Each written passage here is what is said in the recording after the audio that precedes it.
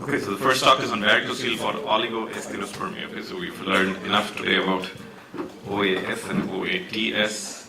So we'll start. So 28-year-old male, married to 25-year-old female, history of infertility for 12 months. Unremarkable medical history, no prior pregnancies.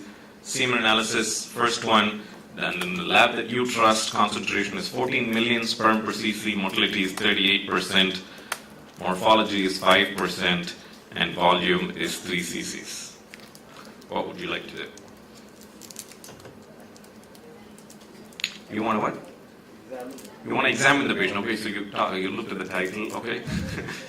You want to examine the patient. What else would you like to do? Okay, so the wife is totally normal. She's undergone the $1 million workup already. Huh? Bloods? Blood sample. You want to get blood testing already, okay? So you do a physical examination, you also want to repeat the semen analysis, right? I mean, you can't just trust one semen analysis. Did we catch him in his bottom? Did we catch him in his top? Is that his average? We have no idea what that 14 million is. So, and if it's been done in a different lab, at least try and repeat it in a lab that you trust. You know, at least you get 2 different laboratories done in 2 different days. Hopefully that will be good. So on exam, he has a large left varicocele. You repeat the semen analysis. Now it's 16 million sperm per cc. 5% morphology, motility is 42%. So now you have one semen analysis showing 14 million, 39% motility, and another semen analysis that shows 16 million, 41% motility. Both morphology is the same, volume is 3 cc, and both are same. Which one of these is normal and which one of these is abnormal semen analysis? Both are normal semen analysis. Okay. So on his semen analysis, that is WHO criteria, right? I mean, I'm sort of reinforcing the same concepts. On one side, one semen analysis, he's got 15, right? 5% is 15 million sperm per cc, 40% motility on the one side. And then the other side is 16 million, 41% motility. So I think we should sort of refrain from saying, oh, this is normal, this is abnormal, right? This is the concept that we're trying to train all day today. I don't think you should use the semen analysis in the context of infertility. This is a very young couple. They've been trying for 12 months. His semen parameters are one looks okay, one doesn't look that okay, right? Normal, abnormal. And he has a large varicocele on exam, right? So both semen analysis in this context, you should interpret it as abnormal, right? Can we use it for IUI? Absolutely. But in the context of infertility, they've been trying for 12 months. They can't get pregnant. We have to count this as abnormal. So somebody wanted hormone testing, that's what we did. So wife underwent evaluation, that was totally normal. His testosterone was 610, normals between 250 and 800. FSH was 9 and his LH was 10. So on physical exam, let's take another, also this is actually another case, sorry. So 32-year-old male, 26-year-old wife with primary infertility. They were trying for 2 years now. Testosterone 610, FSH and LH were high. On exam, he had bilateral 18 cc testes, bilaterally palpable vas, left side grade 3 varicocele, right side grade 1 varicocele. His preoperative semen analysis, this is what it was. This is again OAT, right? So severe oligospermia, sperm concentration was 0.8, motility was 3%, total number of motile sperm count was 0.06. And the question is, should we counsel this couple to undergo IVF, or should we even offer varicocele repair in this case? So again, if you look at this young couple, right, 26-year-old wife, they've been trying for 2 years, and they want to try and conceive naturally. He's got a large varicocele on the left and a small varicocele on the right. Normally, you're like, oh, the sperm count is so bad, I don't think we should try to do surgery on you, let's do IVF, right? That's a common counseling point. So in him, in case 2, so his total motile sperm count is actually 0.06 million. We discussed options of assisted reproduction, adoption, right? Do you want to spend money for IVF or undergo varicocele repair? He elected for bilateral varicocele surgery for financial reasons. Like I said, in the US, varicocele surgery is actually covered by insurance, IVF is not. And so therefore, he underwent varicocele surgery, and especially with a young wife, she didn't want to be put through IVF at least one cycle. So a 3-month post-op analysis, semen analysis looked like this. It was 0.36 with absolutely no motility. So I actually did bad, right? We went through a few motile sperm. Now at 3 months, we ended up with absolutely no motile sperm. Very difficult discussion to have. So maybe we should start thinking about TESI with IVF because we don't have motile ejaculated sperm. I think we should start thinking about. Wife is still 26, right? Wife is still 26. So I said, let's just wait. Thankfully, at 6 months, the concentration was 4 million and 11% motility. Now we actually have decent concentration, decent motility. Total motile sperm count now is 2. Right? We went from 0.06 to 0 to now 2 million. Again, illustrating the point that in some patients, they do respond. In some patients, you have to wait just a little bit longer than 3 months before you give up and start thinking about IVF. We absolutely have to have the conversation. At 3 months, I had a very long conversation about IVF and how to use testicular sperm on the day of egg retrieval in case there is no motile ejaculated, testicular biopsy and so on and so forth. But at the same time, just don't give up and push them to this. They're now 7 weeks pregnant, that's his ultrasound. So, natural conception, right? Again, goes to illustrate that even if the concentration is low and the motility is low, you just can't rule out natural conception. Wife is 26, totally fertile, very young. She does not need that much sperm to get pregnant. Remember the first talk this morning of semen analysis, even the guys that had very, very few sperm, they were still able to get someone pregnant within the last year. So again, this whole concept of, is this a normal semen analysis or an abnormal semen analysis? Severely abnormal, right? If you look at this, right? What are the chances of natural conception? Very low. But is it 0? No. This semen analysis, yes, you could probably say the chances of natural conception with this semen analysis is probably 0. So it's almost azoospermic. But with this, you can't say 0.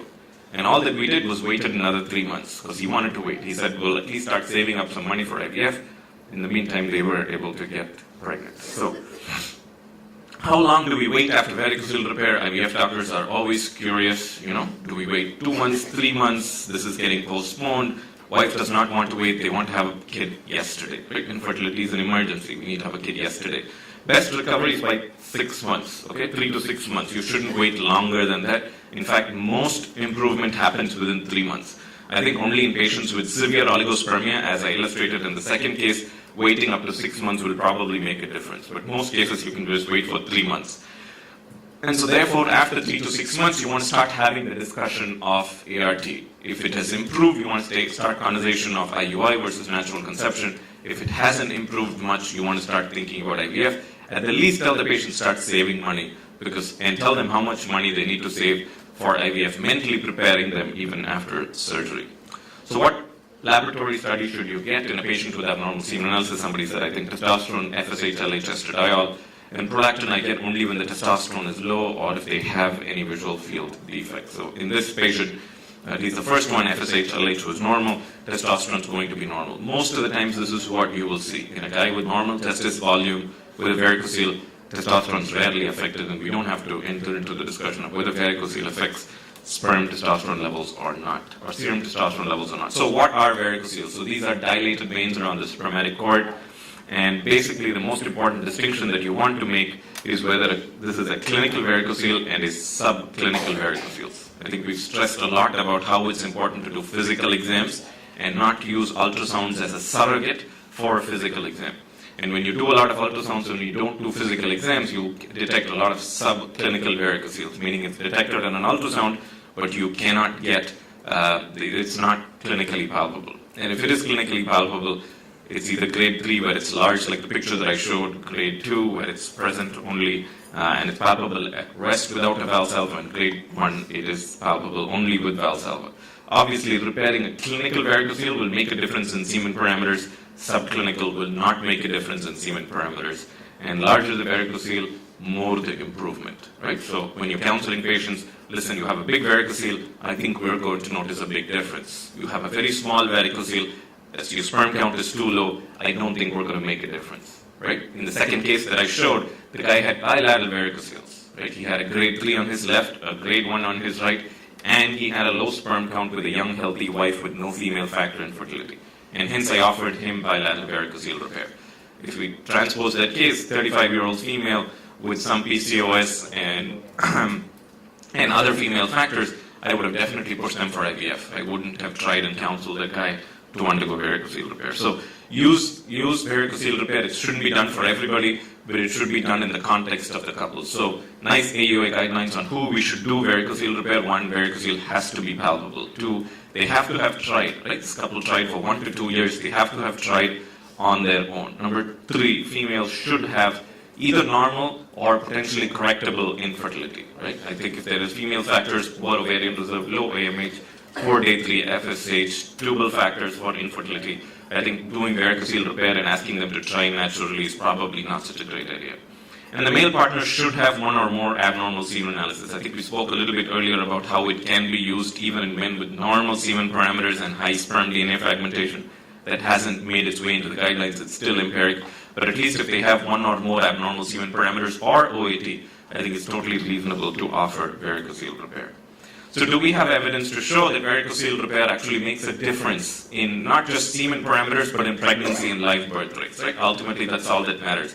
We could tap our backs and say, wow, this is awesome, this is improving semen parameters, but it's also important to show whether it makes a difference in pregnancy outcomes. It's a nice study done, randomized trial. We'll never be able to do this in the US or here, where they included men between 20 and 39 with infertility, with palpable varicoceles and at least one semen parameter. And they put 100 couples on observation and 100 couples with varicocele after varicocele surgery, right? They just followed them for 1 year. They said do nothing, no IUI, no IVF, nothing. Just wait for 1 year and see what the chances of pregnancy are. Spontaneous pregnancy. So even in couples that had varicoceles and observed, 14% of them were able to get pregnant.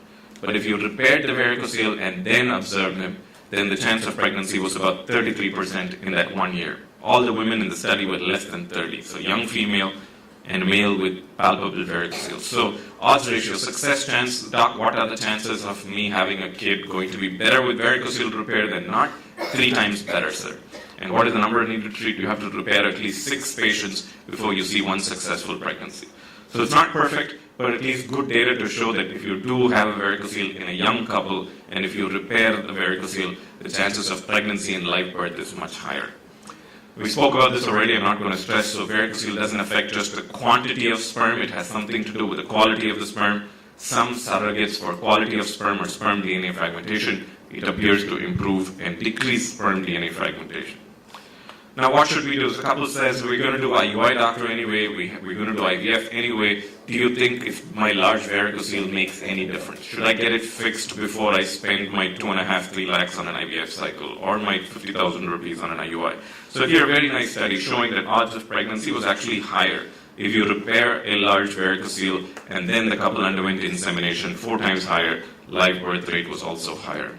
Study from Brazil actually showed even if you repair a varicocele and the couple ends up undergoing IVF, that not only does sperm count and motile sperm count improve, but the clinical pregnancy rate improves 48 to 73% if you repair the varicocele, and live birth rate changes from 37 to 51%. So even if the couple is planning to undergo an IVF cycle, repairing the varicocele appears to make a difference.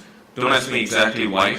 I think there is something to do with quality of the sperm that changes with varicocele repair rather than just the quantity and the mere numbers. Because if we're making a difference in ICSI, we all know a very few sperm were only selected and used. So something that we can't really measure with the sperm quality that appears to change. So nice meta-analysis done out of North Carolina showing that there is actually a positive impact on IVF and ICSI. And Rupen will probably speak about how varicocele can be used in men with azoospermia.